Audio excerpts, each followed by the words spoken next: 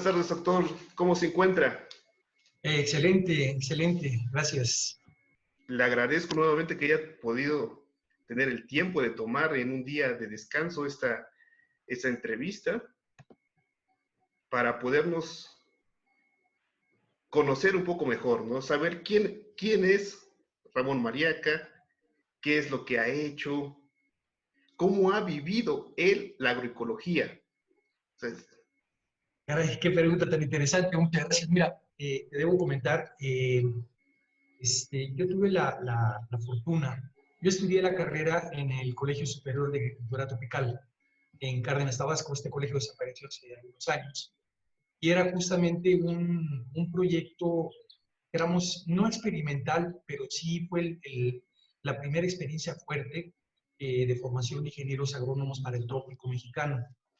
Entonces, tuve la fortuna de, estando en el segundo año de la carrera, llevar un módulo sobre hortalizas con el doctor Steve Litzman, que a la larga es uno de los pilares de la agroecología mexicana y mundial.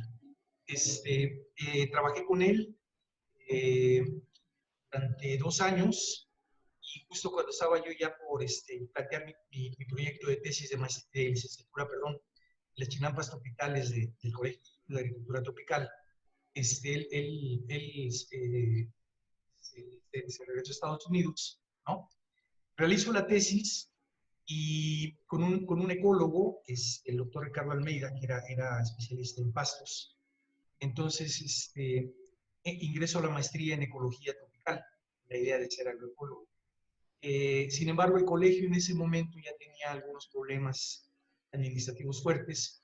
El doctor Almeida me convence para que yo me fuera al colegio de posgraduados, en aquel entonces todavía en Chapingo, y tuve la fortuna bueno, y de hecho él me mandó con uno de sus profesores, con el doctor Efraín Hernández Xonocotzi, que es el otro pie fundador de la agroecología mexicana, ¿no? Y bueno, y con él, aparte de llevar el curso, después le solicité y me aceptó como estudiante para realizar mi tesis de maestría en la milpa, en Yucatán, en el sistema de Rosa Tumbaquema. Y al terminar, pues grande fue mi sorpresa que me ofreció trabajo. Entonces fui su asistente de investigación durante 2 años y medio, y después regreso a Tabasco, al Colegio de Posgraduados, en lo que entonces era el Centro Experimental bueno, lo que fue el Colegio Superior de Agricultura Tropical se convirtió en un campus de colegio de posgraduados. Estuve 2 años y entonces parto al doctorado. Es interesante porque con el doctor Steve Litzman, él tiene un enfoque ecológico de la agricultura.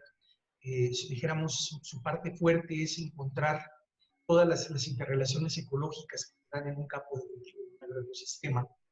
Y con el maestro Hernández Xolocotzi, lo que aprendo es que la agricultura tropical, perdón, la agricultura tradicional es un proceso milenario en nuestro país, que cada pueblo tiene una forma diferente de aprovechar y manejar sus recursos naturales, sus bienes naturales, dijéramos ahora, y en ese sentido me empapo, dijéramos, el maestro me contagia su amor por la agricultura de nuestros pueblos y por nuestros pueblos.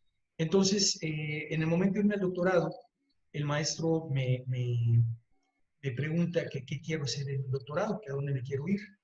Y yo le comenté que de acuerdo con su modelo de cómo estudiar un ecosistema, era de 3 ejes. El modelo tecnológico lo tenía por ser agrónomo, el modelo ecológico lo tenía gracias a los cursos que había llevado en los posgraduados y a mi proceso de formación con el Prisman, y ahora necesitaba la parte cultural, la parte socioeconómica. Entonces él me recomienda con una de las estudiantes más brillantes de un amigo suyo ya fallecido, que era el maestro Ángel Paler, me refiero a Álvaro González Capo, también especialista en el estudio de la agricultura mexicana.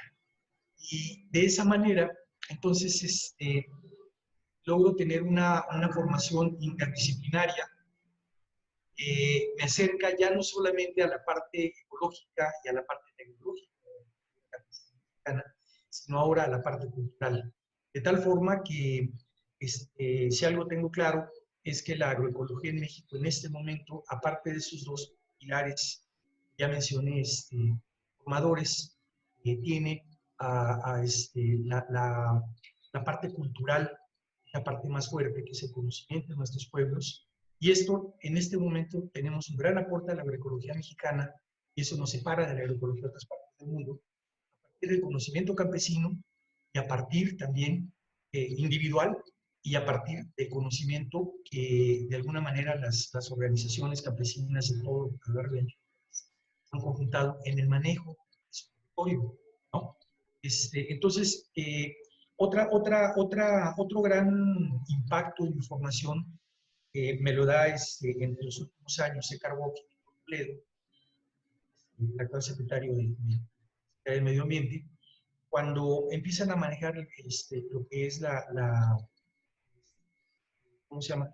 La bioculturalidad, que no es otra cosa más que algo muy interesante que hace Edgar, de poner en un mismo mapa, sobreponer las áreas donde están las áreas más conservadas de vegetación en nuestro país con donde se ubican nuestros pueblos originarios, nuestros pueblos indígenas. Que no es nada casualidad, ¿no? No, definitivamente. Entonces, eso viene a coronar de alguna manera mi visión acerca de la importancia que tienen nuestros hermanos campesinos, por una sencilla razón, porque como país presumimos, dijéramos, los biólogos presumen de que México es uno de los países más importantes en cuanto a biodiversidad, ¿no?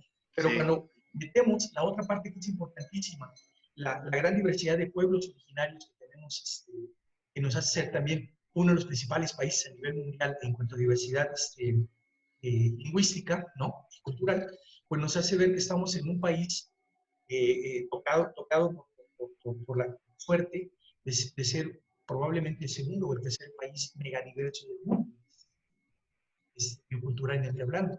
Entonces, con estos elementos, yo trabajé, bueno, aparte de haber trabajado en Yucatán, haber trabajado en el campus Tabasco, tengo la oportunidad de irme después del doctorado al Colegio de la Frontera Sur, campus San Cristóbal de las Casas, y ahí con toda la libertad que la investigación nos permite, empiezo a trabajar la agricultura del sureste de México, la agricultura campesina del sureste de México. Trabajo en comunidades maya peninsulares, en Yucatán, poco en Campeche, algo en Quintana Roo, en Tabasco, con tales, de hecho tenemos un ex estudiante ya doctorado, el doctor Miguel Magaña, medicina tradicional de los chontales de Tabasco.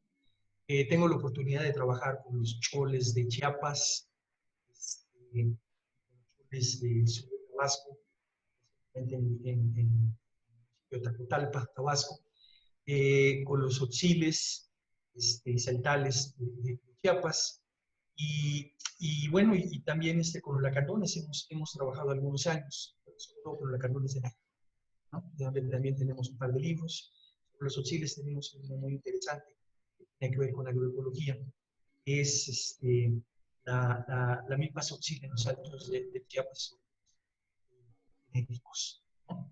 Entonces yo creo que esto nos da pie para que de pronto el año antepasado, teniendo la coordinación del Departamento de Agricultura, Sociedad de Ambiente en el Colegio de la Frontera Sur, y juntándome con mis colegas, veíamos que después de 40 años de tener agroecología en México, se había realizado formalmente el Mexicano de Agroecología. Existen dos organizaciones latinoamericanas muy interesantes, la Maela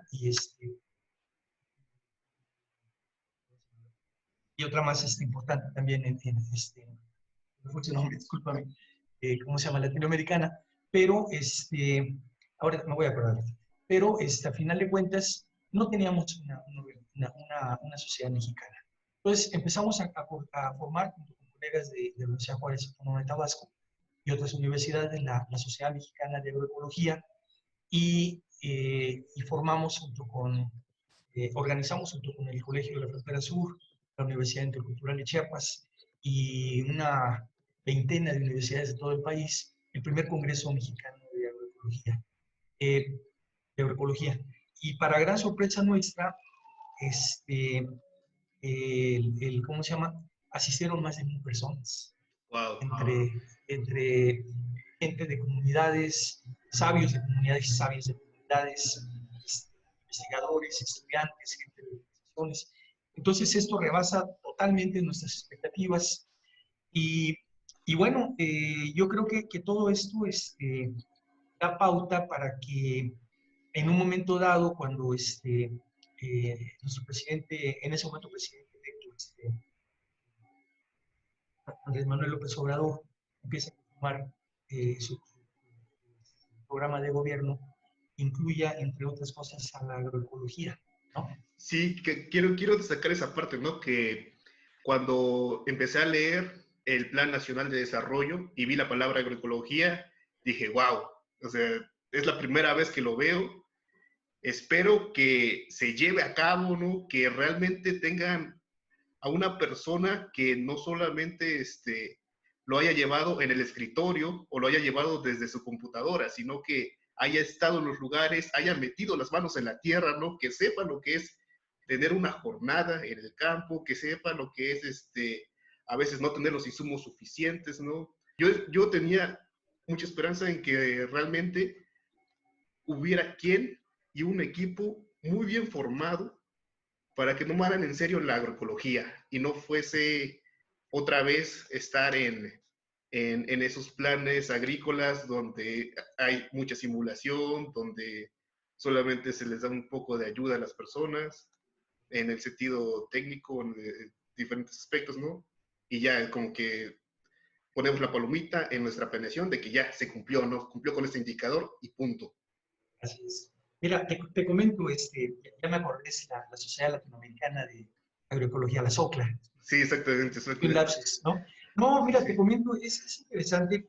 Bueno, otra de las cosas importantes de nuestro actual presidente de la República es que él estuvo cuando fue de funcionario en el INI, en Tabasco, él impulsa justamente los camellones chontales, que era un experimento agroecológico muy importante, donde la experiencia de las chinampas tropicales, las chinampas del centro de la mesa central de la ciudad, alrededor de la Ciudad de México, se llevan al trópico, justamente ahí Grisman tuvo mucho que ver en ello, y eso hace que nuestro presidente se empape, y de hecho lo podemos ver en algunos videos de él, cómo se hermana totalmente con los campesinos de la zona, se da cuenta de la gran sabiduría que los campesinos tienen. Entonces, justamente algo que mencionas dice algo muy interesante. Entonces el doctor Toledo, a través de su subsecretario, el doctor Argueta, me hace el favor de invitarme a colaborar con ellos. Justamente se hace con una idea un poco más allá, dijéramos, de lo que habíamos aprendido. En el Congreso llegamos a una conclusión muy interesante. En este momento, dado que la agroecología es un movimiento, o sea, es una disciplina científica, sí, pero también es un movimiento social y político muy importante. Entonces, lo que apreciábamos en esta reunión, en el Congreso, el primer Congreso Mexicano de Agroecología, es que no hay una agroecología, hay muchas agroecologías. Entonces, y me refiero a muchas agroecologías en el sentido de que cada quien, como tú decías, interpreta desde una forma muy técnica de proponer estrategias que permitan una mejor producción, hasta una forma bastante social.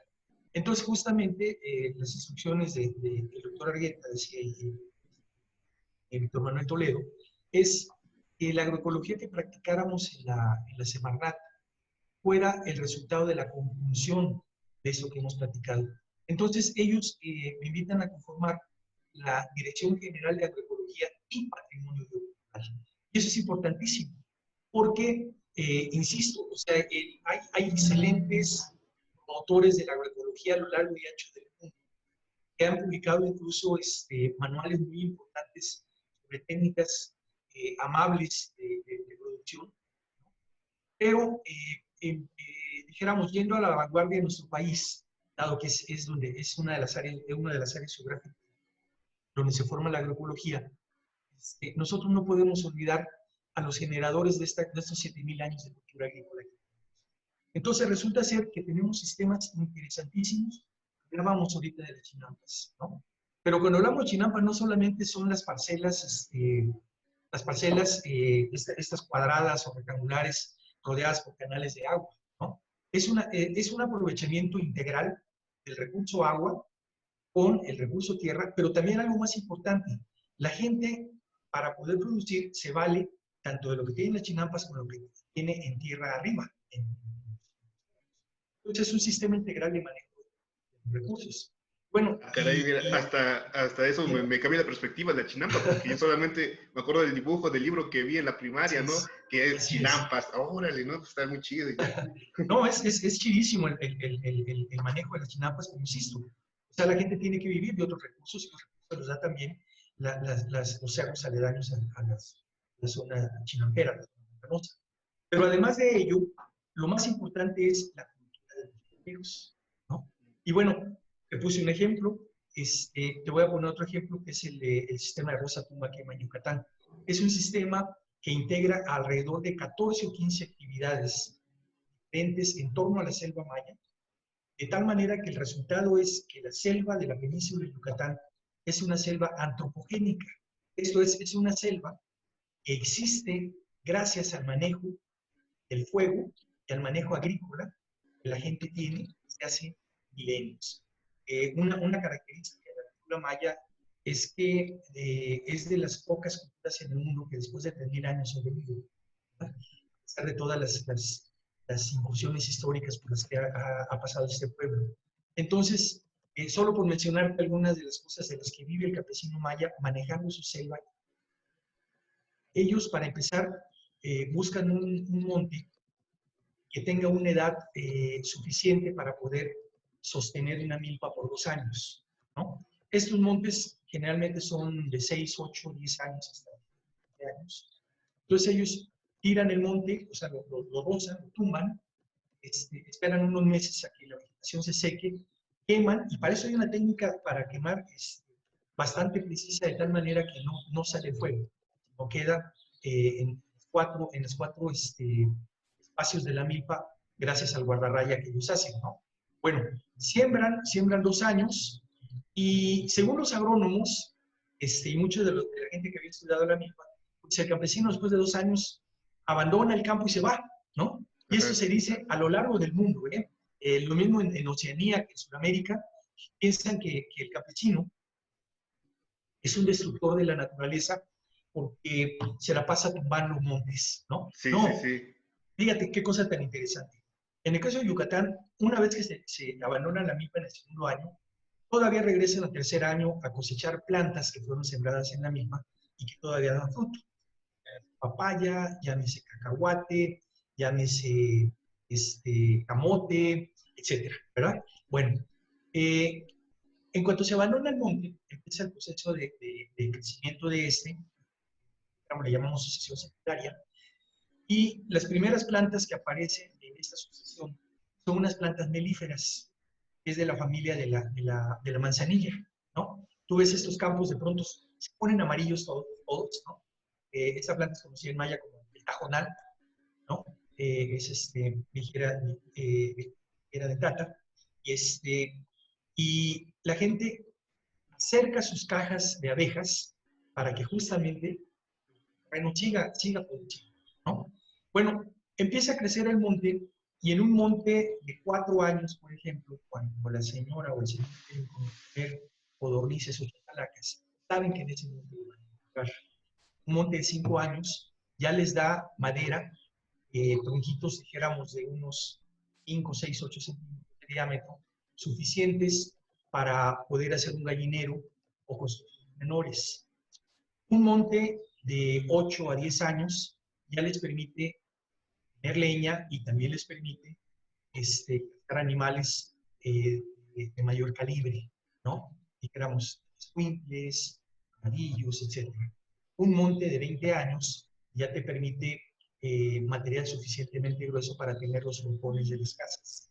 Entonces, lo que te quiero decir es que en este manejo de la vegetación, la gente está yendo permanentemente a hacer una cantidad impresionante de actividades que tiene que ver, decíamos, con la agricultura, con la meliponicultura, la pesquería menor y mayor, con el aprovechamiento de maderables, de maderas para diferentes finalidades, de plantas rituales, de plantas ornamentales, de plantas con usos, ya te dije, medicinales, curtientes, etc. Bueno, aparte de todo ello, la gente va a cultivar en unos socavones que se forman en la caliza, que se llaman rejolladas, ¿no? Ahí cultivan plátano, cultivan pastos, incluso el cacao que se producía en tiempos prehispánicos, de las rejolladas. Y otro sistema importantísimo en la vida campesina, y que, bueno, de alguna manera eh, tiene que ver con la selva, porque es la reproducción, dijéramos, de la vegetación de la selva y de la fauna, plantas cultivadas y con animales creados, es el traspatio solar o huerto familiar, ¿no? Entonces ahí la gente, dijéramos, todo esto, la milpa, más el aprovechamiento forestal, más el solar, es lo que permite de alguna manera la supervivencia campesina en un momento extremo en el que no hay trabajo. Entonces, Claro. con este ejemplo de Yucatán, te puedo decir que prácticamente se reproduce en todo Mesoamérica, ¿verdad? O sea, la gente tiene una cultura de aprovechamiento de sus recursos naturales. Y lo que aprendimos es que la agricultura campesina, a diferencia de la economía, perdón, la economía familiar, campesina, a diferencia de la economía urbana, donde vivimos de uno o de dos ingresos, la economía campesina se suplementa a partir de todos los ingresos que te dan estos 10, 12, 14 sistemas de producción, ¿no? Claro, o sea, Entonces, es una vida realmente sostenible, ¿no? Porque si no hay de comer algún tubérculo, habrá otro, y si no habrá un grano, y si no, efectivamente, tú que ay, eres de de qué hay, Veracruz, ay, ¿no? lo Claro, sabes. claro. De hecho, eso es lo que quiero comentar ahora, ¿no? Ajá. Quienes hemos tenido un acercamiento con la agroecología, ya sea que hayamos sembrado una planta o que hayamos manejado un agroecosistema y que lo hayamos construido, llega un momento en el que precisamente esperamos que desde parte del gobierno, si nosotros ya estamos organizados como sociedad civil, ¿no? Que también tengamos una respuesta más o menos similar del gobierno, ¿no? Que se creen programas, planes adecuados a las zonas, a las personas, y que esta esencia de la agroecología no se pierda, ¿no? Como lo has mencionado, que es ciencia, que es un movimiento social y que es una práctica. Efectivamente. Fíjate, hay algo muy interesante. Otra de las instrucciones que da el presidente de la República, que la Secretaría y yo trabajen son las secretarías trabajen en sinergia, ¿no? Y eso es importante en estos momentos de crisis económica, donde el presupuesto no alcanza como solía suceder cuando las secretarías tenían suficiente capital para trabajar cada quien por su lado. Entonces, en este momento se ha conformado un grupo intersecretarial muy interesante que es AMAC. Me van a faltar algunas por falta de memoria, pero allá te va. Es un grupo formado, el grupo SAMA quiere decir Grupo Intersecretarial de Salud, Alimentación, Medio Ambiente y Competitividad. ¿Qué quiere decir? Está formado por la Secretaría de Salud y toda esta primera, a la conformación del grupo, la Secretaría de Agricultura, la Secretaría del Medio Ambiente, la Secretaría de Economía, la Secretaría del Bienestar, y bueno, se han ido uniendo otras, la Secretaría de Educación Pública, el Instituto Nacional de Pueblos Indígenas, y otras instancias de gobierno más se me van ahorita de la mente, justamente para entre todos juntar esfuerzos. ¿Qué es importante? De que al tener pocos recursos, pues obviamente hay pocas posibilidades para operar en campo. Sin embargo, hay dos secretarías en este momento que han concentrado dos de los grandes programas de apoyo al campo, que es justamente Bienestar Concentrando Vida y Saber con Producir para el Bienestar, ¿no? Donde están teniendo gente a través de jóvenes, Esperanza del Futuro, prácticamente prácticamente todo el país. Me falta también, en el caso de bienestar, los centros integradores. Se espera que sean más de 13,000 centros integradores, ¿no? Van a estar a lo largo y ancho del país. Entonces, la idea es que entre todos impulsemos una forma de agricultura más noble. ¿Qué te puedo decir al respecto? El modelo agronómico que el país importa de los Estados Unidos de Norteamérica en los 50 del siglo pasado era un modelo que prometía, y de hecho de alguna manera cumplió con satisfacer las necesidades alimentarias de gran parte del planeta, ¿no? Sin embargo, este modelo en el momento de auge de la petroquímica, promete obtener grandes rendimientos a partir de varias características. Uno, el manejo del monocultivo, ¿verdad? En nuestro país, específicamente en los trópicos, también, bueno, el centro de México también estamos en zona intertropical, el policultivo, que era otra vez la imitación de la naturaleza, muchas especies diferentes en un solo terreno, permitía el que no hubiera problemas graves de plagas y enfermedades, porque hay muchos sitios ecológicos, toda la retrófica y no hay problema. Bueno, impulsa el monocultivo. Y también, a través del desarrollo científico, orientado a ese modelo del monocultivo, cuando aparece un insecto plaga no hay problema, tenemos un insecticida. Si aparece un problema de enfermedades, ¿de qué se trata? Se trata de una bacteria, le damos un bactericida. Hongos, le damos un fungicida. Que el suelo no quiere ya producir, no hay problema, te damos un fertilizante químico, ¿verdad? Entonces, dijéramos, el imperio de la química sobre la agronomía genera toda una gama de productos que en su momento permitieron al modelo productivista, esto es, invierte lo menos posible para obtener la mayor ganancia posible, despegar por donde quiera, la misma necesidad del capital hace que se exporte este modelo a prácticamente todo el planeta, haciendo un lado a los sistemas agrícolas locales, tradicionales de gran parte del mundo. Una vez que acaparan este mercado, entonces se dan cuenta que hay que irse sobre otros bienes, y esos bienes son los genes, ¿no? O sea, quitarle a los pueblos el derecho a ser los dueños de su riqueza genética. Y entonces aparecen toda una serie de programas internacionales propiciados por los países para empezar a copiarse poco a poco también de los, ¿no? Y este modelo, con el desarrollo de la ecología, empieza a aparecer como un modelo destructor de la naturaleza. Entonces, lo paradójico, y voy a hablar específicamente de este modelo económico que es el que enseña en las universidades del país, ¿no? Y en el que estamos formados la mayor parte de los agrónomos del país y de los veterinarios del país. Es un modelo que al final de cuentas está envenenando no solamente el ambiente, sino también a los seres humanos, y está generando graves problemas. La presencia de glifosato, por ejemplo, de Sudamérica, en lo que se llama la República de Monsanto, que es un gran territorio de soya transgénica, está dando como resultados problemas de leucemias y cánceres no existían. En el mismo México empiezan a aparecer evidencias de ello, ¿no? Y bueno, otros datos aislados que aunque los promotores de los pesticidas dicen que no hay una prueba de ello, ¿verdad? Contundente, es que prácticamente todos los organismos del planeta tenemos ya algunas moléculas de DDT y otros casos sanguíneos. Entonces, obvio que ante esta abatida del planeta, pues tiene que haber una reacción en favor de los pueblos, una reacción en favor de la salud, una reacción en salud. Bueno, y también este modelo también implica una reducción drástica de las fuentes de alimento.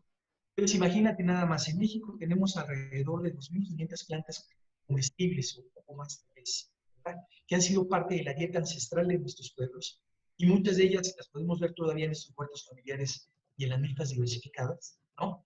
Cuando tú vas al súper no te encuentras arriba de 40 especies, ¿verdad? Y las especies más importantes son 10, y prácticamente todo el recetario está basado en estas 10 o 12 o 15 especies. Entonces, esto nos ha dañado terriblemente al mundo, pero entonces el objetivo de traer un programa de agroecología y de patrimonio a la Semarnat es que, siendo la cabeza del sector y el ambiente, la vida, involucra a la salud de los seres vivos, involucra a la dieta alimentaria de la dieta de los seres vivos humanos. Por tanto, pues es algo innovador, ¿no? Es algo innovador. Ya en algunos países americanos, en dos, básicamente, Uruguay y Argentina, recientemente aparecen ministerios o direcciones generales de agroecología, ¿no? Pero insisto, en México tenemos esa variante, ¿no? En la misma SADER está próximo a aparecer una dirección general de agroecología, con una perspectiva más técnica, ¿no? Mientras que en la nuestra es más integral. Y esto justamente es lo que estamos tratando de transmitir en el programa, en la medida en que nos den la oportunidad de hacerlo, en estos programas oficiales. Bueno, entonces ahora sabemos que existe, bueno, que están proponiendo, mejor dicho, el Programa Nacional de Transición Agroecológica y Patrimonio Cultural. Ya sabemos exactamente. Entonces, Sembrando Vida viene siendo un complemento, o cuál es la diferencia con Sembrando Vida, porque al menos en el estado de Veracruz es un programa que va iniciando, que está formando a muchos sembradores, y las técnicas son agroecológicas o cercanas a la agroecología al menos, ¿no? Entonces, ¿cuál sería la diferencia esencial entre estos dos programas? Bueno, mira, te voy a platicar la secretaria del Ambiente, ella es agroecóloga, ¿no? Sí. Y curiosamente también el subsecretario de Agricultura, ¿cómo se llama? El maestro Suárez, él también es agroecólogo, ¿no? Y ambos vienen de años, de muchos años, de lucha, de defensa del territorio y de lucha por el patrimonio cultural. Entonces, en esencia, el sistema, el programa Sembrando Vida nace como un mecanismo para llevar bienestar de nadie es sabido el estado de convulsión en el que se encontraba el pueblo de México hace 2 años, ¿no? Ahora toda la gente que se pinta de azul y de otros colores, el color de la bandera, ¿verdad? Sin ser tan nacionalistas como quisiéramos, se han olvidado de que la estabilidad social de México peligraba en ese momento porque la gran masa campesina y la gran masa de pobres, justamente producto de ese modelo neoliberal, estaba. Entonces, por eso nuestro presidente, insisto, no por una estrategia política, él creció, él vivió, él sintió lo que siente el campesino, abandonado por todo el sistema estatal que aparentemente les daba recursos, pero finalmente todo se quedaba en el camino de la corrupción y solo les llegaba nada al campo. Entonces, es que este primer programa que aparece junto con el inicio del sexenio, que es Sembrando Vida, el objetivo central era llevar el bienestar a los campesinos, para activar la economía campesina. Nuestro presidente ha sido muy claro y fue mucho más claro ahorita al final en su último informe. La única manera de acabar con la inseguridad latente en el país es acabar con las causas. Y la causa está en el hambre, la causa está en la necesidad de nuestros pueblos. Claro, Y en esa ese es sentido, una como perspectiva, perdón, como de Amartya Sen, ¿no? Que habla del ciclo de la pobreza, de qué es lo que realmente, o sea, si una persona no tiene las habilidades para salir de ese nivel de pobreza, después se va a ir hundiendo más y más y más hasta que sea imposible salir. Y ahora es al revés, ¿no? Darle las habilidades para que pueda salir y estar en un nivel de bienestar adecuado. mira, entonces, por ejemplo, te voy a platicar algo que platicaban, bueno, que nos platicaban jóvenes de Zacuanchamula, ¿no? Hace poco tiempo. Decían, bueno, yo desde que estoy en la escuela me enseñan que es muy bonito vivir en la ciudad. En la ciudad pueden tener autos, tienen parques, tienen cosas que no tenemos en el campo. Pero ¿qué resulta cuando yo empiezo a crecer y veo que mi papá, mi padre, lo único que produce es unos pocos costales de maíz que no alcanzan más que para comer? Nosotros vivimos sumidos en la pobreza. Bueno, eso me platicaban ellos. Entonces yo digo, bueno, si con ese razonamiento llegan los chicos malos a ofrecerte 2, 3, 4,000 pesos semanales para que seas algo, ¿cuántos jóvenes no se resisten a eso? Claro, Y eso, desgraciadamente, lo ha dicho el presidente, es el origen de la violencia que tenemos en el país, ¿no? ¿Por qué? Porque es la carne de cañón, justamente. Entonces, en la medida en que empieza a llevarse, como tú dices, capacidades formativas, y además de eso, un salario digno a la gente, entonces este sistema Sembrando Vida empieza a hacer algo que nosotros llamamos patria, empieza a ser un programa transformador de ciencias a la vez de otras cosas más. No es justamente economía, no es dieta, no es salud. Es muy común, ahora ya no se escucha, pero si tú te acuerdas, hace unos 5 o 6 años, era muy común que la gente decía, los campesinos somos locos, ¿cómo es posible que se los den? Bueno, la pregunta es, nos hemos interrogado en las ciudades, ¿cuántos subsidios tenemos? Tenemos subsidio a electricidad, tenemos subsidio a agua potable, tenemos subsidio, tenemos calles pavimentadas, tenemos educación de calidad, tenemos servicio de salud de calidad, tenemos todo. En el campo no hay nada. Entonces, en este sentido, insisto, o sea, es justicia social plena lo que están haciendo los programas en estos casos. Bueno, entonces Sembrando Vida surge con este principio rector, llevar bienestar al campo, llevar forma de mejorar los ingresos campesinos. Obviamente no se va a dar esto en el primer año, pero se está reactivando la economía rural. Y en la medida que se reactiva la economía rural, pues poco a poco van a empezar a surgir fuentes de empleo rurales y poco a poco van a surgir también, esta economía va a contagiar a la urbana, ¿no? claro. Las tasas de emigración del campo a la ciudad deben disminuir poco a poco. Bien, bueno, entonces en esa medida nos han permitido la oportunidad de participar en el consejo directivo del programa Sembrando Vida. Justamente en el último platicábamos con la secretaria Albores. Si bien el apoyo a la MICDA era muy importante, proponíamos que también, aunque no estuvieran los planes de operación, los técnicos responsables y los grupos de trabajo también atendieran al traspatio o huerto familiar por una razón, porque es el espacio femenino de la producción, ¿no? Entonces, no solamente son las plantas, o sea, normalmente vamos a tener pollos, vamos a tener patos, vamos a tener guajolotes, pavos, vamos a tener algún otro animalito, ¿no? En las zonas rurales más cercanas a macizos montañosos o de vegetación, vamos a tener también fauna silvestre, ya sea para medicina o para medicina o para alimentación de algunos animalitos del monte. Entonces, ellos estuvieron de acuerdo y esperamos estar en todas las posibilidades de apoyar en este sentido. Ellos tienen el comité técnico de ellos, lo mismo que el comité de SADER, es muy fuerte, ¿no? Y entonces estamos interactuando, ¿no? Obviamente los que llevan los programas son ellos. La Ok. Secretaría del Ambiente tiene un presupuesto demasiado bajo.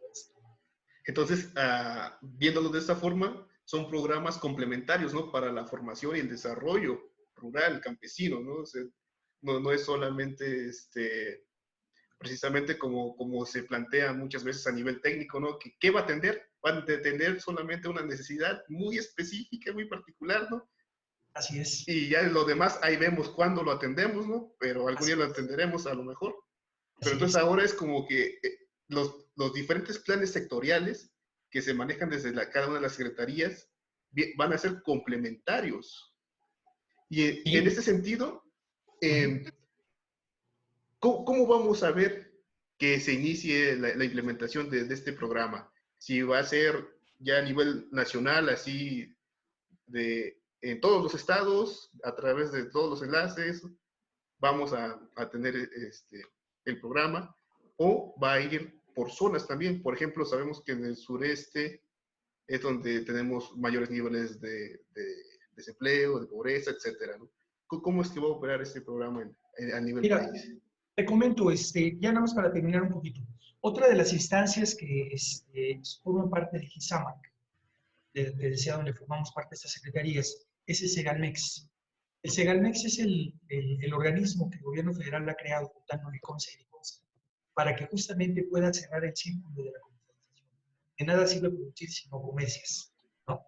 Entonces, la idea es, tanto nuestra como nuestras secretarías, es comenzar a generar cadenas cortas de comercialización. Esto es impulsar tianguis campesinos, incluso el sueño dorado de la mayoría es lograr los mecanismos legales para que las secretarías consuman una gran parte de lo que nos... Imagínate nada más que los desayunos escolares tengan un porcentaje importante de productos locales. Con eso estarías en cada pueblo dinamizando la economía. Imagínate que la Secretaría de la Defensa, la Secretaría de Salud, la Secretaría de Marina, la Guardia Nacional, la Secretaría de Gobernación en sus centros de readaptación social pudieran consumir mucho de lo que el campesino está produciendo. O sea, con esto estaríamos dando un espaldarazo al campo. Pero algo muy importante que ya empieza a haber experiencias en el país son también las cooperativas de consumo solidario, ¿no? Esto es en las ciudades, gente hermanada con el campo, se logra poner en contacto con alguna comunidad y esta comunidad empieza a surtir satisfactores vegetales y animales a un grupo solidario de gente, ¿verdad? Entonces su despensa, en lugar de ir a comprar a un gran centro comercial, la compran directamente del campo. La compran a precio menor, pero también con la gran ventaja de que la gente del campo está recibiendo un pago mucho mayor a lo que le pagan los intermediarios, ¿no? Claro. Bueno, pero entonces volviendo a tu pregunta, disculpa. Mira, te decía, la Secretaría del Ambiente, la Semarnat, por muchos periodos se convirtió en un centro vamos a decirle, en un pago político al Partido Verde.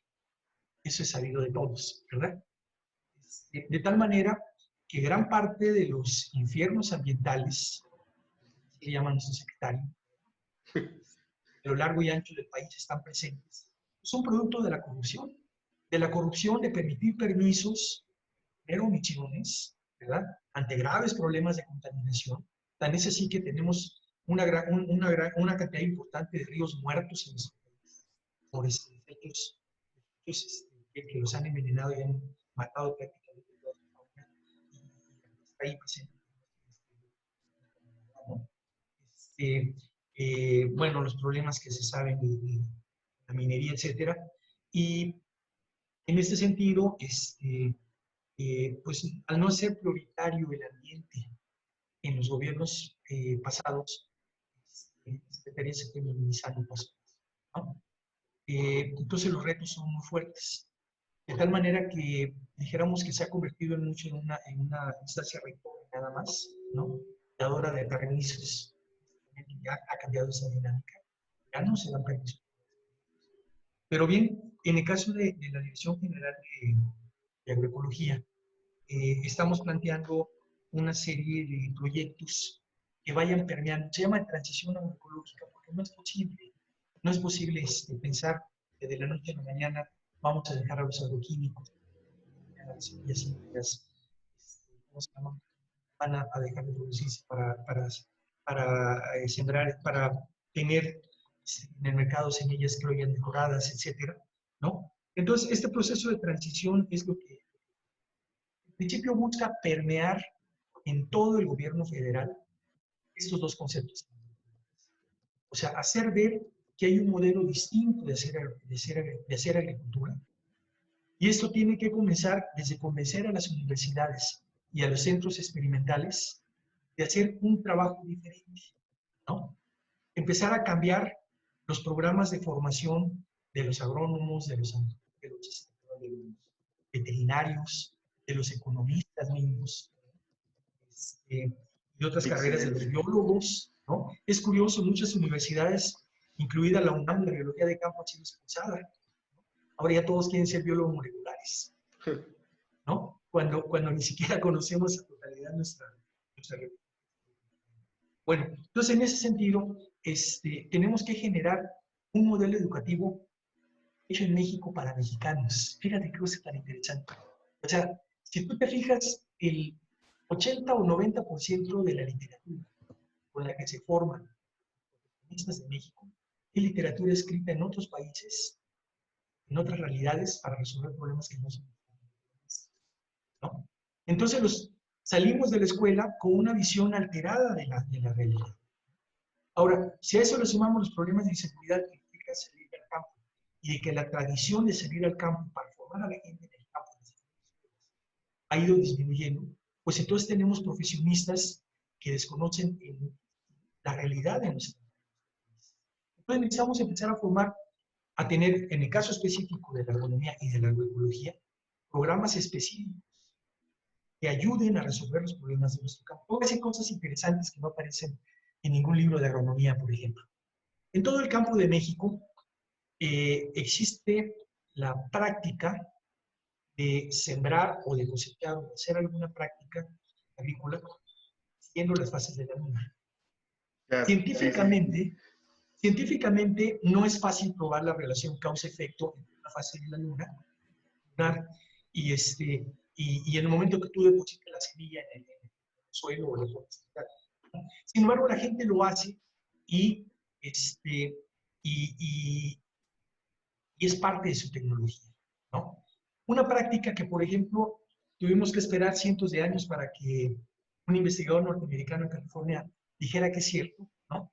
Es el cuereo de árboles, ¿no? En tu tierra, en Veracruz, es muy común que cuando un árbol no quiere producir, primero lo vamos a someter a un regaño. Si el árbol no produce al año siguiente, lo vamos a avergonzar. La vergüenza es una de las enfermedades propias de la cultura mesoamericana más importantes. Bueno, si finalmente no produce, entonces con el machete le vas a pegar, ¿verdad? Y le vas a hacer pequeñas heridas en el cambium, o sea, en la corteza, ¿no? Esto va a generar que la planta, al tener dijéramos, un corte de savia ascendente, entonces tenga necesidad de utilizar sus propios recursos y en ese sentido pues empieza a producir, a sacar su fósforo, su potasio, produce algo que se llama florígeno, que es una hormona que produce la floración y el árbol produce, ¿verdad? Pues eso era ignorancia campesina, pero insisto, cuando finalmente fue probado por la ciencia es una práctica que ya fue. Y así como esto, te puedo decir una gran cantidad de prácticas que el campesino, de los campesinos de los territorios realizan y que son ignorados por la academia, ¿verdad? Y que solamente lo conocen la gente que ha vivido en campo, que ha trabajado en campo. Entonces es necesario recuperar todos esos elementos. Fíjate, en Yucatán hay una práctica interesantísima. En agronomía nos dicen que una vez que sembraste el maíz, tienes que esperar entre 15, tienes que esperar, perdón, hasta a partir de 15 hasta 45 días para hacer el deshierve, porque si no el maíz va a sufrir por competencia. Sin embargo, el campesino yucateco dice no, la medida exacta para empezar a deshiervar es el tatul, que es el tamaño de un conejo agazapado, ¿no? Que más o menos es a la altura de la canilla. ¿Qué quiere decir? Que si el año es seco, las hierbas crecen poco y no alcanzan ese tamaño. Si tú deshiervas, entonces matas al maíz por evapotranspiración, o sea, la poca humedad que hay en el suelo, al quedar descubierto el suelo, se va por evaporación en agua, ¿verdad? En cambio, si es un año que es muy lluvioso, inmediatamente la hierba alcanza esa altura y hay que cortar cuanto antes. Entonces, si te fijas, el criterio técnico aquí, el criterio producto de la observación específica de la planta, ¿no? Y así como eso, hay muchísimas cosas de observación. Por ejemplo, en qué momento se puede castrar a un animal en el campo y en qué momento no se debe castrar. La canícula, por ejemplo, es un momento que se desangra. Y lo mismo nos dicen los expertos injertadores. No en cualquier luna y no en cualquier momento puedes injertar. No en cualquier momento puedes cortar madera, etc. Sí. Entonces, bueno, tenemos que invitar por un lado al gremio de los agrónomos a que nos ayuden a darle aprobar esto científicamente cuando sea posible probarlo, ¿no? Pero también tenemos que invitarlos porque en este momento, por ejemplo, los sustitutos a los fertilizantes inorgánicos son los fertilizantes orgánicos, los bioles, que se preparan en el campo, bastante conocidas, pero donde no hay una certeza de que estés dando a la planta lo que la planta necesita. Sí, justamente. Entonces, pues necesitamos muchísimo para probar todo esto a lo largo y ancho. Entonces, es importante invitar al INIFAP, invitar a Chapingo, invitar al Colegio de Postgraduados, todas las universidades y tecnológicos, en al campo y empiecen a hacer experimentación con los campesinos para los campesinos. Sí, sí, sin duda es lo que se necesita. Entonces, por lo que veo, este programa tiene como aliados al sector académico y obviamente al sector campesino. ¿Quiénes más son los que están aquí aliados fuera del gobierno, Bueno, digamos? bueno, también, por ejemplo, las organizaciones campesinas, ¿no? Empezamos a trabajar, tú sabes que el sector cafetalero en México está en crisis, ¿no? Y justamente a invitación de la Secretaría de Agricultura es que acaban de tener una reunión con nuestro secretario, don Manuel Toledo, representantes de ellos. En la medida de las posibilidades estamos uniendo esfuerzos para ayudar a solucionar lo que esté al alcance de nuestras manos en cuanto a los problemas de la cafetería nacional, ¿no? Y no solamente sectores, o sea, sectores agropecuarios y forestales que están en, por ejemplo, el sistema forestal comunitario también está. La normatividad, en un momento dado, para poder cosechar, cortar madera, tú mismo sembraste, cada vez es más complicado. Entonces, resulta ser que en ese momento hay más gente en la informalidad de no cumplir con la ley. A veces sacar un permiso es mucho más caro que lo que vas a obtener de cosecha, ¿no? No nada más vas a cortar uno o dos árboles. Entonces, en ese sentido, también las mismas emanadas de normatividad están trabajando fuertemente para facilitar en mucho lo que por un no se hace. Porque Algo, era más fácil dar la mordida, ¿verdad? Y como eras juez y parte, entonces también el sujeto hacía eso. claro. Algo que me gustaría aquí ahondar un poco más es lo que hemos comentado, por ejemplo, distintas redes de jóvenes que estamos involucrados, ya sea con el marco Sendai, con el convenio de biodiversidad, con el acuerdo de Escazú y todos estos planes que existen entre diferentes naciones, si se van a aplicar en este programa y si se van a aplicar, si también tenemos la Agenda 2030 para el Desarrollo Sostenible, ¿se está tomando en cuenta o no? ¿O va a ser después? ¿Va a ser de una manera paulatina? ¿Va a suceder esto o no? Porque, como le comento, hace unos días tuvimos una reunión donde veíamos, por ejemplo, como el CBD no es vinculante, ¿no? Entonces, pocas veces se aplica y ahorita estaba en construcción, pero con el tema de la pandemia se trasladó la reunión, entonces queremos conocer si desde la Semarnat están contemplando estos acuerdos y cómo los están incluyendo, si los están incluyendo. Mira, definitivamente, por ejemplo, estamos trabajando, no directamente mi dirección solamente somos coadyuvantes, es la dirección del sector primario y normatividades de recursos naturales, encabezado por la doctora Adelita San Vicente. Por ejemplo, estamos trabajando fuertemente ahorita con el protocolo de Nagoya, ¿no? Justamente para defendernos. Es interesante ver cómo las leyes estaban hechas para permitir de manera velada el saqueo, ¿no? Entonces está trabajando en ello. Hemos tenido diferentes reuniones en las que se está fijando la posición de México, que es una posición al lado de los países que defienden, ¿no? Es interesante, fíjate, En el ámbito internacional se maneja un concepto que es la bioprospección. Cualquier país puede llegar a hacer bioprospección porque es necesario seguir encontrando, por ejemplo, plantas medicinales que ayuden a resolver los problemas de salud del mundo, ¿verdad? Esa es la visión de los países desarrollados. Sin embargo, los países en desarrollo le llamamos biopiratería, ¿verdad? ¿Por qué? Porque efectivamente ellos tienen los medios para poder encontrar estas plantas que están presentes en la vida campesina y que están desde hace mucho tiempo solucionando problemas de salud específicos en las comunidades, ¿no? Ellos se las llevan, aíslan el producto activo y finalmente obtienen los medicamentos después de muchos años de inversión millonaria, pero jamás se acuerdan de darle parte de estos dividendos a las comunidades del norte.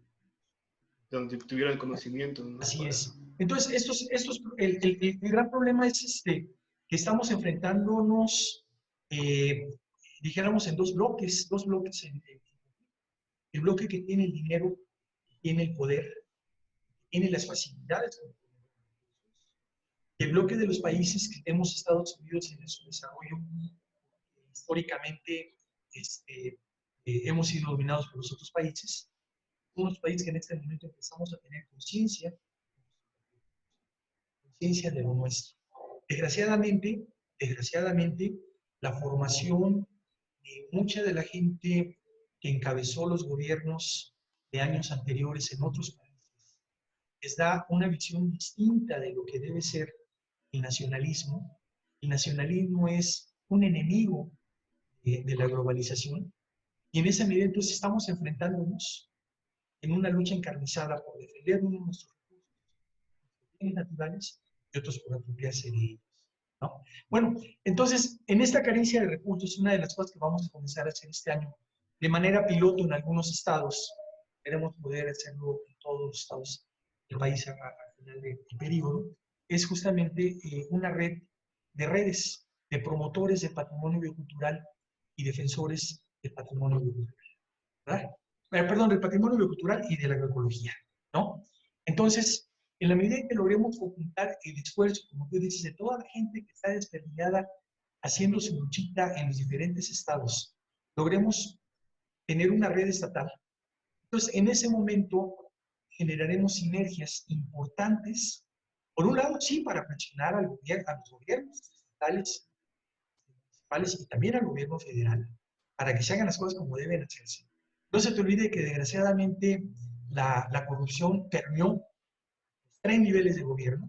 Y en este momento que el gobierno federal está intentando cambiar las cosas, hay resistencia muy fuerte, no lo creas, ¿no? O sea, todavía hay gobernadores que no están jalando con la cuarta, ¿verdad? Hay gobernadores que todavía quieren hacer negocios a costa del erario, ¿no? Y en esa medida, para poder hacerlo, pues tienen que tener funcionarios públicos, todo, ¿no? Pero entonces en la medida en que los defensores del ambiente, los defensores de la agroecología, esto es de prácticas amables para el mundo, estamos de acuerdo en los objetivos, en esa medida estaremos ganando. Claro, claro, claro. No, pues, ajá. sí, sí, qué interesante es esto, de saber que los que estamos involucrados y que siempre hemos buscado un espacio para tener voz y voto e incidir en ese diseño de política, esta implementación de los programas, vamos a tener un espacio ahora. Claro, claro, esa es la idea. Entonces, si esto juntamos, fíjate, en estas redes, la idea es que esté presente el sector campesino, o sea, líderes campesinos, estén, como tú dices, líderes juveniles, mujeres, o sea, mujeres líderes, esté el sector académico, esté el sector gubernamental. Entonces, en esta manera vamos a poder tener comunicación todos con todos y a favorecer menos. Imagínate qué cosa tan sensacional, ahí te va otra de los planes a largo plazo, ¿no? En esta red, cuando de pronto aparezca una plaga en un papaya, ¿verdad? En un campo de papaya, inmediatamente el productor pueda comunicarse con gente de la red e inmediatamente los ecopatólogos, los entomólogos, quienes estén presentes en el estado en cuestión, puedan solucionar cuando menos con los elementos cuenta y darle una respuesta a la gente inmediata, ¿no? Tenemos una infraestructura, eso es lo importante. O sea, el INIFAP tiene campos en todas partes. Prácticamente todas las universidades estatales tienen una escuela de agronomía, una escuela de veterinaria. O sea, lo único que tenemos que hacer es conjuntar esfuerzos para poder tener investigadores y profesionistas. Las dos últimas preguntas. Ajá. Como mexicanos, como latinoamericanos, somos expertos en crisis no por iluminados, sino porque las hemos vivido, ¿no? Sí, claro, claro. Cargamos con sus consecuencias. Sí. En este sentido, estamos atravesando un momento de crisis, ¿no? Si esta pandemia le suma retos a la crisis planetaria, ¿no? que ya existe, porque hay un desequilibrio económico, social y ecológico. Ahora, ¿cómo es que la agroecología llevada desde este programa va a contribuir a resolver estos retos, estos desafíos? En parte, han mencionado que va a ser para en materia de capacitación. Pues mira, yo creo que te decíamos, a partir fíjate qué cosa tan curiosa. Tanto la Secretaría de Agricultura como nosotros, ya no estamos hablando de capacitación, estamos hablando de intercambio de conocimientos. ¿Por qué? Por lo que te decía hace ratito, ¿verdad? O sea, no recuerdo ahorita el nombre que tienen las células de un técnico con 30 familias, 30 campesinos, ¿no? Ya no es el técnico el que llega y dice qué van a sembrar, cómo van a sembrar, etcétera, ¿verdad? Sino es esta célula la que deciden entre todos de manera democrática qué y cómo lo van a hacer.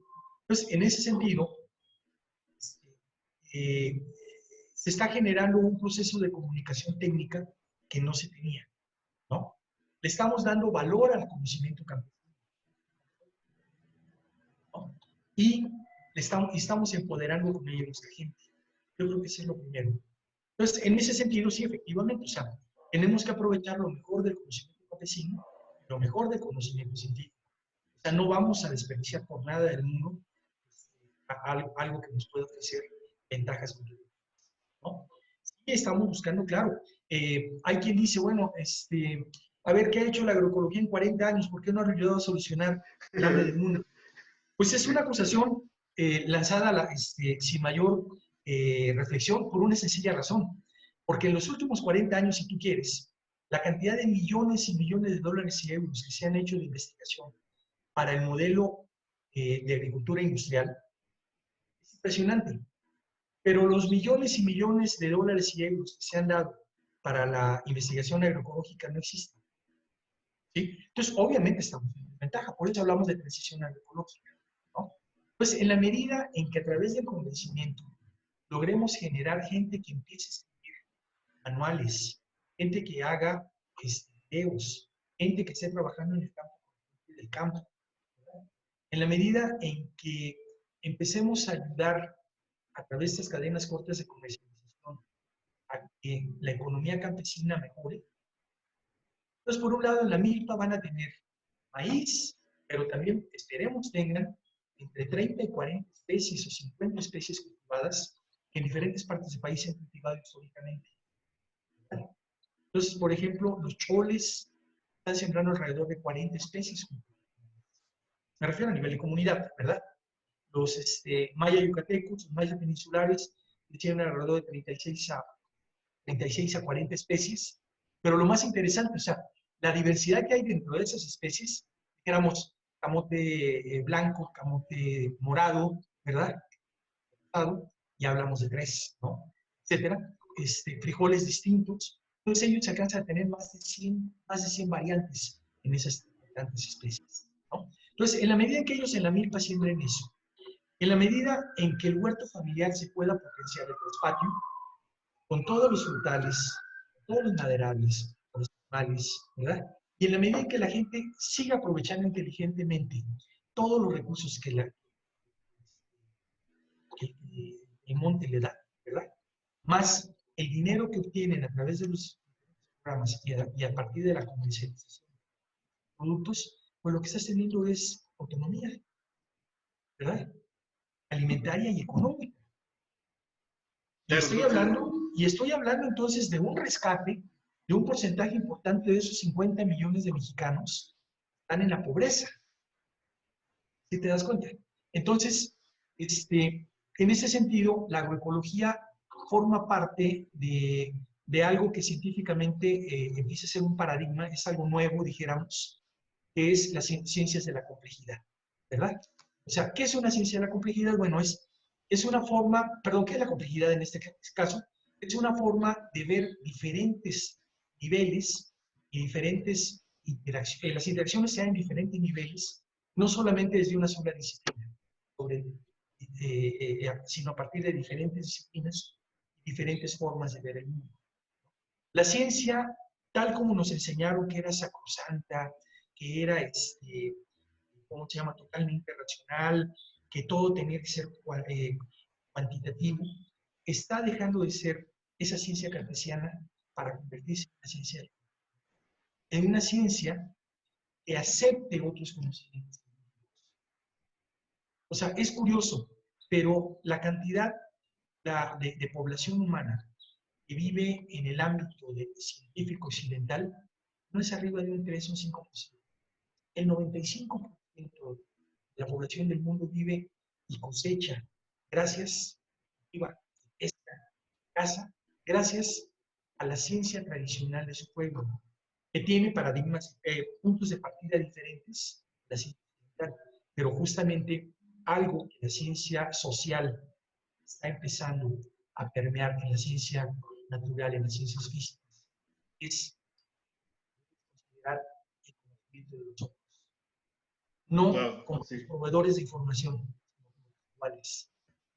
Imagínate nada más, y eso es algo que estamos promoviendo desde la perspectiva del patrimonio biocultural. En México tenemos una de las medicinas tradicionales más importantes del mundo. ¿Sí? ¿Por qué? Porque es la suma de la medicina purépecha, de la medicina maya, de la medicina mexica, de la medicina náhuatl, en fin, de los 60 y tantos pueblos, ¿verdad? Esta medicina, lo mismo que la medicina china que conocemos, la medicina de la India, tienen puntos de partida diferentes, ¿no? Mientras la medicina occidental parte del hecho de que somos seres bioquímicos, nos vamos a curar a partir, o una enfermedad es una descompensación bioquímica, entonces nos vamos a curar a partir de medicamentos, ¿verdad? Las otras formas de medicina parten de otras cosas.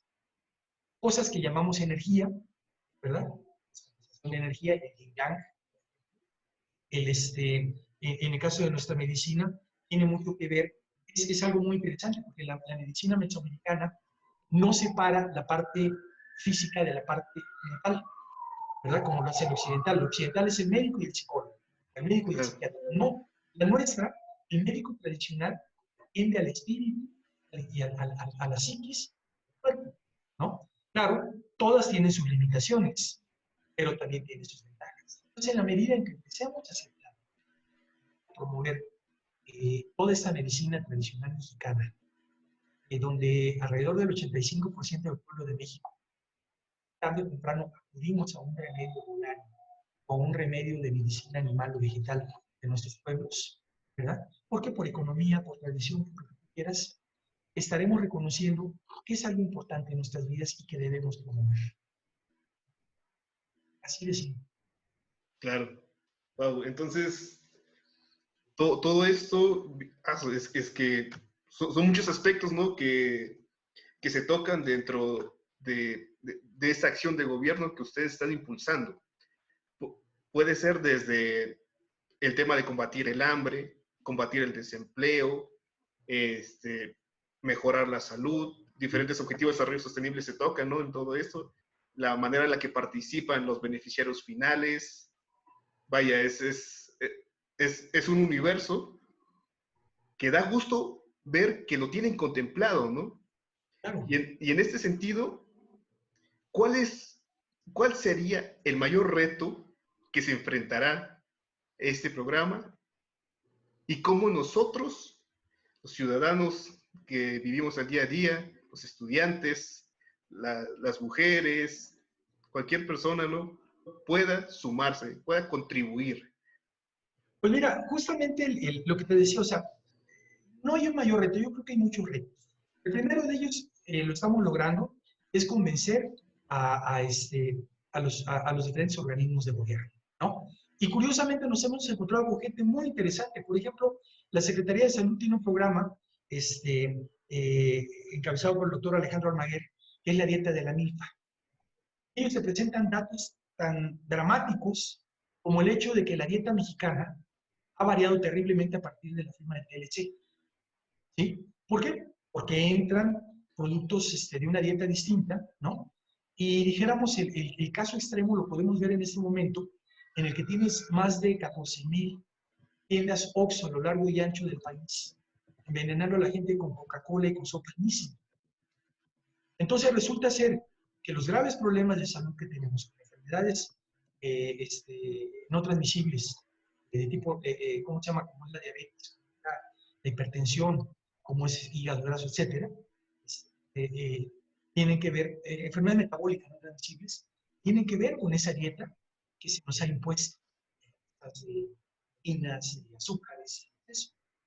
Entonces, bueno, una vez que hemos hecho sinergia, estamos haciendo sinergia con ellos, economía, con bienestar, perdón, con agricultura, con bienestar, etcétera, con educación, o sea, platicaba justamente con unas personas cercanas a uno de los subsecretarios de Agricultura hace días, Educación, perdón, hace días, sobre el importante papel que deben tener, que deben jugar los profesores para empezar a cambiar todas estas cosas que tenemos en cuanto a nuestra forma de alimentarnos y cuidar nuestra salud.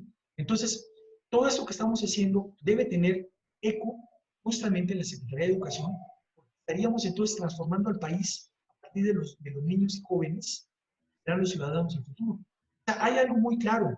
Cuando yo era niño nos decían que nosotros éramos la esperanza del futuro, pero la verdad es que hemos fracasado. O sea, mi generación ha fracasado, ¿no?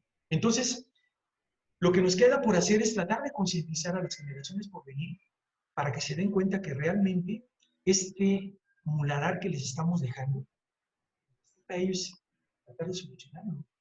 No fuimos capaces. Yo creo que ese es el principal reto. El Claro. principal reto, el principal reto es que no haya hambre en nuestros pueblos de México. O sea, quien haya estado en las serranías en Oaxaca, en Chiapas, ¿no? En las comunidades más alejadas de la comunidad, Hidalgo, en la Huasteca, se dará cuenta de lo que realmente la pobreza. Y no solamente la pobreza económica, la pobreza alimentaria, la pobreza, ¿no? Es impresionante. Los niños que nacen desnutridos porque sus madres vienen de madres desnutridas. Desgraciadamente, la riqueza que tenemos era aprovechada, por ejemplo, en aguas de sabores, de frutas, han sido abandonadas por refrescos energéticos. En las comunidades más apartadas del país está presente la Coca-Cola, la Pepsi-Cola, la Bimbo, etcétera, ¿no? Cuando en realidad lo que debería estar presente son promotores del patrimonio cultural que generar, a estar transmitiendo y intercambiando con la gente sanas, formas de cultivo sano. Transmitir nuestra cultura, estar orgullosos de lo nuestro, ser nacionalistas, amar a nuestro país. Lo más importante, y creo que es algo que en este momento de crisis por el coronavirus nos está llevando a una profunda, a un profundo análisis de quiénes somos y hacia dónde vamos. Tenemos que aprender a ser parte de las soluciones, no parte de los problemas. Gran parte del problema que tenemos en México es que nos han enseñado que México fue un país conquistado y por tanto seguimos siendo conquistados. Eso no es cierto. Fuimos un país invadido y en esa medida tuvimos la suficiente entereza y hemos tenido la suficiente entereza para seguir siendo un país independiente y como tal podemos llegar a hacer lo que nosotros queramos siempre y cuando nos decidamos a ello. O sea, necesitamos cambiar nuestra mentalidad. Insisto, necesitamos necesitamos dejar de buscarle problemas a las soluciones para enfocarnos en buscar soluciones a los problemas. Yo creo que por ahí va el camino. Claro, claro, claro. Coincidimos mucho desde, por ejemplo, varias organizaciones en las que estamos participando. My World México es un ejemplo, la red de agricultura urbana y periurbana de Jalapa, la red de jóvenes por la biodiversidad en México, que sea la traducción más o menos, en que estamos en un momento de oportunidad, ¿no? Porque podemos transformar radicalmente la forma insostenible en la que vivimos. Efectivamente. Y Así. bueno, yo Pues creo bueno, que... una primicia. Estamos por comenzar, probablemente saliendo de la crisis, con una serie de consultas nacionales acerca justamente del programa de acción agroecológica y rural. Entonces, insisto, una de las primicias es que Jalapa va a ser una de las primeras sedes, ¿no? Entonces, allá nos vemos sin duda alguna. Bueno, pues por acá lo recibiremos, estimado Ramón. Muchísimas gracias, Agradezco Seferino. muchísimo la disposición que has tenido en este fin de semana, en este momento que estamos viviendo a nivel país, a nivel personal, ¿no? Estando como que con muchas medidas para estar seguros, ¿no? Que tengamos este problema de nivel mundial en nuestro país. Y bueno, pues nada, muchas gracias. No, al contrario, muchísimas gracias a ti. Estamos en contacto. Cuídate.